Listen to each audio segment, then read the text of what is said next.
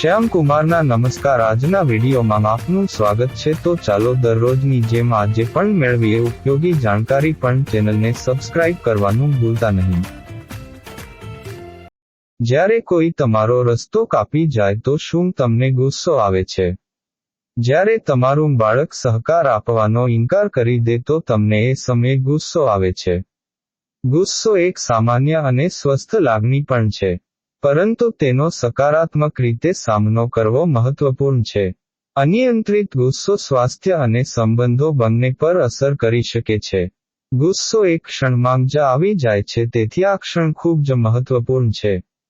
આ એક ક્ષણભરના ગુસ્સામાં કંઈક એવું કહી દેવું ખૂબ જ સરળ હોય છે જેના માટે તમને પાછળથી પસ્તાવો થાય. ગુસ્સા દરમિયાન કંઈ પણ બોલતા પહેલા થોડી ક્ષણ માટે વિચાર કરી લેવો. આ પરિસ્થિતિમાં સામેલ અન્ય લોકોને પણ આવું કરવાની પરવાનગી આપો. થોડા વ્યાયામ કરો. શારીરિક ગતિવિધિ તે તણાવને ઘટાડવામાં મદદ કરી શકે છે. જો તમને લાગે કે તમારો ગુસ્સો વધી રહ્યો છે તો ઝડપથી ચાલો અથવા દોડો, અથવા અન્ય શારીરિક ગતિવિધિઓ કરવામાં થોડો સમય પસાર કરો. થોડો આરામ કરવો. આરામ માત્ર બાળકો માટે જ નથી. દિવસ દરમિયાનના તણાવપૂર્ણ સમયમાં પોતાના માટે આરામ લેવો. આ આરામના સમયની થોડી ક્ષણો તમને ચીડિયા કે ગુસ્સે થયા વિના આગળની પરિસ્થિતિને સંભાળવા માટે વધુ સારી રીતે તૈયાર થવામાં મદદ કરી શકે છે. કથન પર અડગ રહો. ટીકા કરવાથી કે દોષારોપણ કરવાથી માત્ર તણાવ વધી શકે છે. તેના બદલે સમસ્યાનું વર્ણન કરવા માટે કથનનો ઉપયોગ કરવો. સન્માનજનક અને વિશિષ્ટ બનો. ઉદાહરણ તરીકે, તમે ક્યારેય કોઈ ઘરકામ કરતા નથી એમ કહેવાને બદલે એમ કહો કે, હું નારાજ છું કે તમે મને વાસણો ઉપાડવામાં મદદ કર્યા વિના જ ટેબલ છોડી દીધું. દ્વેષ ન રાખવો. માફી શબ્દ ખૂબ જ શક્તિશાળી છે.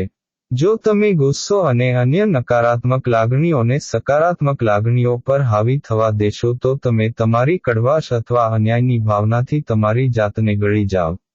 જે વ્યક્તિએ તમને ગુસ્સે કર્યા છે તેમને માફ કરવાથી તમે બંનેને પરિસ્થિતિમાંથી શીખવા અને તમારા સંબંધને મજબૂત કરવામાં મદદ મળી શકે છે. વ્યાયામનો અભ્યાસ કરો. જ્યારે તમે ખૂબ જ ગુસ્સે થઈ જાવ ત્યારે આરામ કરવાના કૌશલ્યનો ઉપયોગ કરો. ઊંડા શ્વાસ લેવાના વ્યાયામનો અભ્યાસ કરો અને એક આરામદાયક દૃશ્યની કલ્પના કરો, અથવા જ્યારે તમે આરામ કરો ત્યારે શાંત શબ્દ અથવા વાક્યનું પુનરાવર્તન કરો. તમે સંગીત પણ સાંભળી શકો છો, જર્નલમાં લખી શકો છો અથવા યોગાસન કરી શકો છો.